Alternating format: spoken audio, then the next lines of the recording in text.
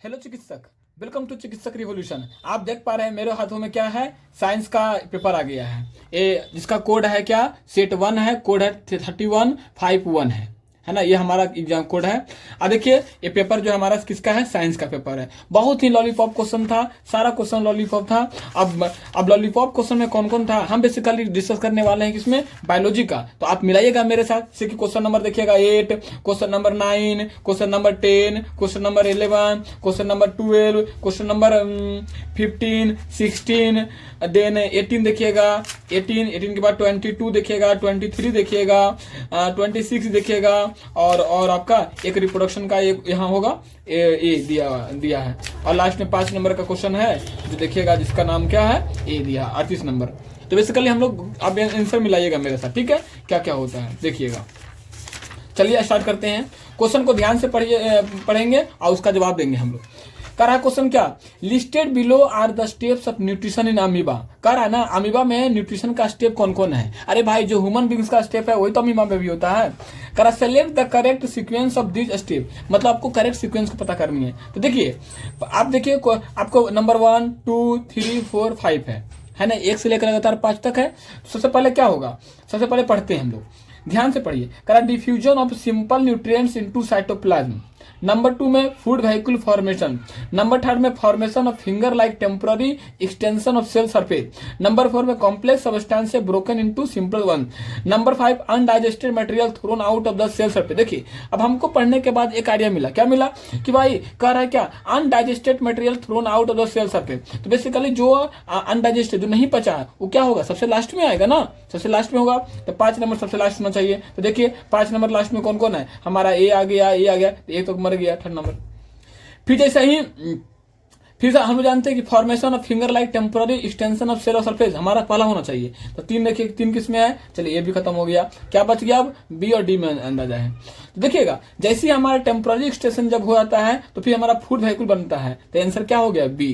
तो सबसे पहले क्या हो गया, सबसे पहले 3rd लिखेंगे, 3rd के बाद क्या लिखेंगे, 2 लिखेंगे। जब 2 हो जाएगा तो फिर क्या करेंगे, डिफ्यूजन करवाएंगे। जब डिफ्यूजन करवा लेंगे तो क्या करेंगे हम लोग, डिफ्यूजन करवा लेंगे तो हम 3rd डिफ्यूजन जैसे करवा लिए तो हमारा क्या आ गया, 4th नंबर आ गया, complex substance broken to simple ones में।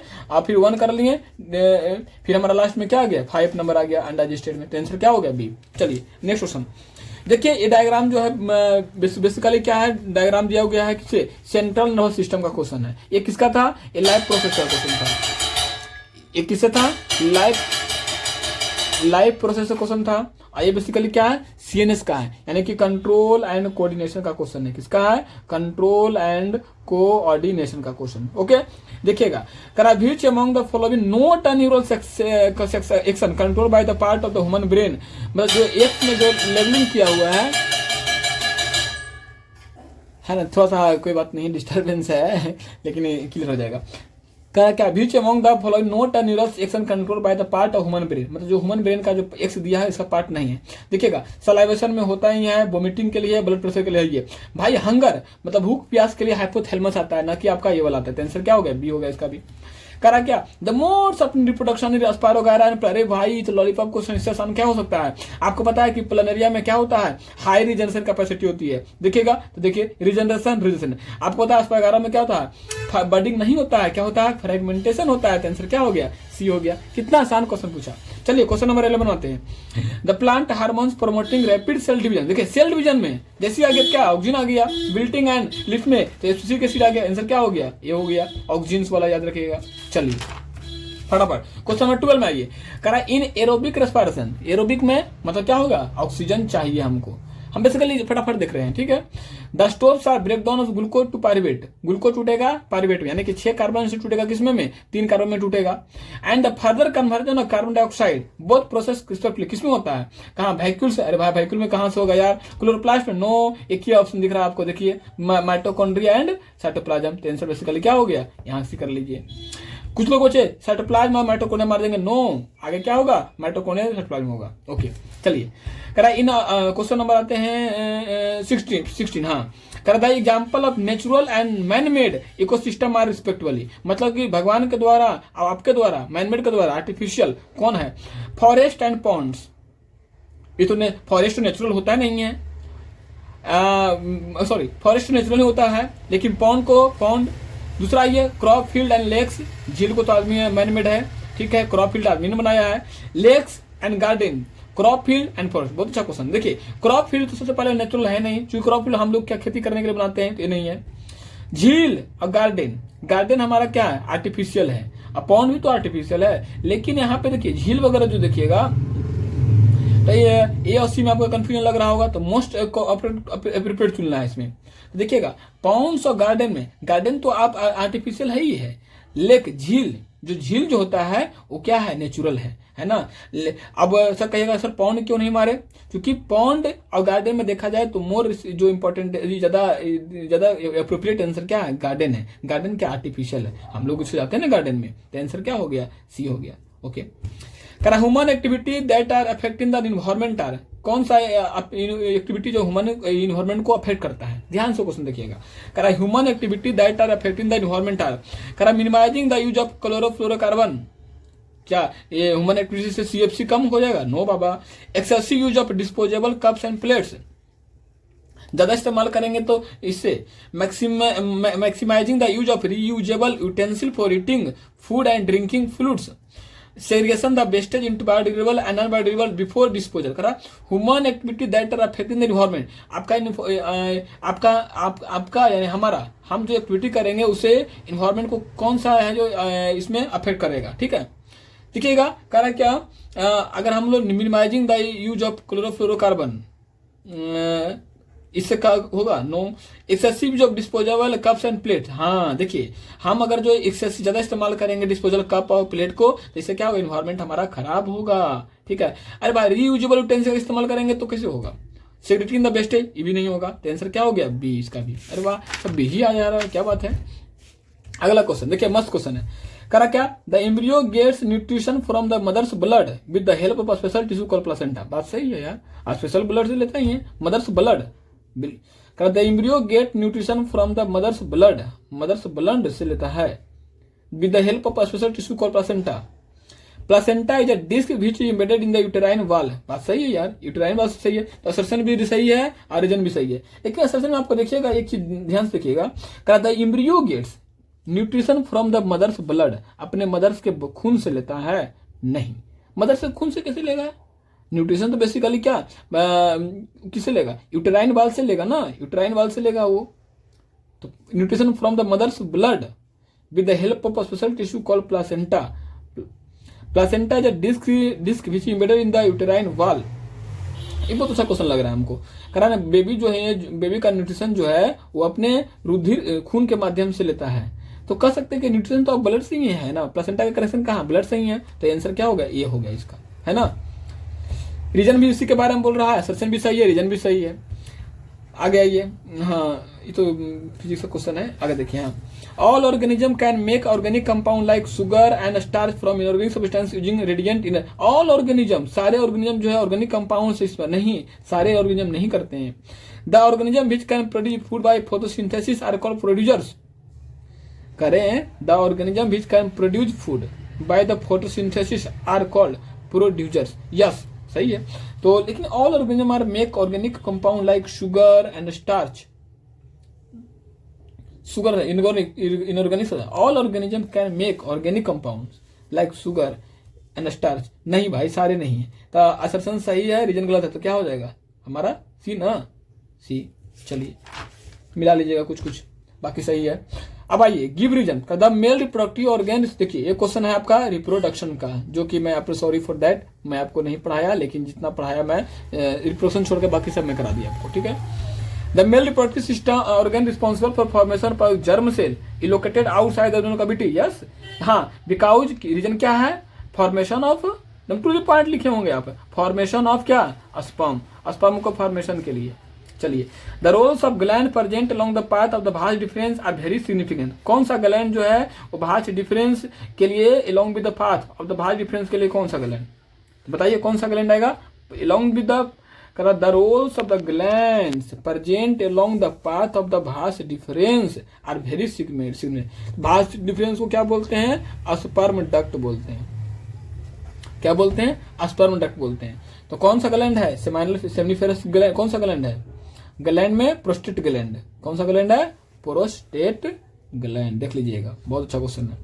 कर हाउ लिम्फ, अब देखिएगा तो क्या हो गया इसका, how is lymph form state of importance. Lymph basically lymph कैसे बनता है आपको? ब्लड से ही बनता है लिम्फ, हमारा क्या बनता है? ब्लड से ही। इसके बारे में अगर मान लीजिए ये नहीं आता तो ये लिख सकते हैं आराम से। क्या करा?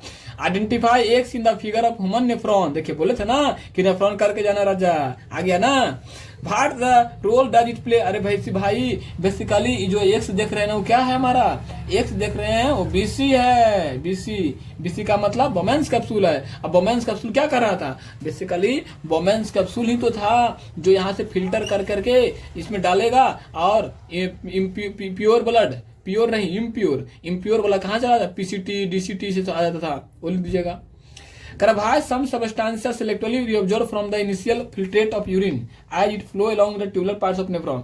तो भाई some substances selectively reabsorb from the initial filtrate, तो जो टॉक्सिक मटेरियल है, toxic material are reabsorb from the here. जैसे कि आपने देखा यूरिया देखा, पोटेशियम को देखा, ये सब वो होगा। चलिए आसान क्वेश्चन था। देखिए क्वेश्चन नंबर 26 का ये कह भाई are the organism of first trophic level important in any food chain. हाँ बोल रहा है ना कि फर्स्ट ट्रॉफिक लेवल में फूड चेन में हमारा फर्स्ट ट्रॉफिक लेवल इंपॉर्टेंट क्यों होता है? अरे भाई फर्स्ट ट्रॉफिक लेवल जो होते हैं वही तो डिसाइड करते हैं ना कि एनर्जी कितना ट्रांसफर करेंगे। एनर्जी ट्रांसफर का यही काम करते हैं, है ना। आगे देखिए द फ्लो ऑफ एनर्जी ने इकोसिस्टम इन डायरेक्शनल, यस इसको हम लोग कर देंगे। किसे डायग्राम बनाए होंगे ना आपने दिखाया होगा, बर्ड्स दिखाया होगा, सीड्स को दिखाया होगा, ये सब दिखाया, ग्रास लैंड को दिखाए होंगे। तो ये आसान क्वेश्चन था। चलिए क्वेश्चन नंबर 29 है ये करा right the name and one function respiratory pigment found in the human body. अरे भाई रिस्पिरेटरी पिगमेंट का नाम आपको पता नहीं है? कौन था? HB, तभी तो HB+O2 हीमोग्लोबिन बनाता है।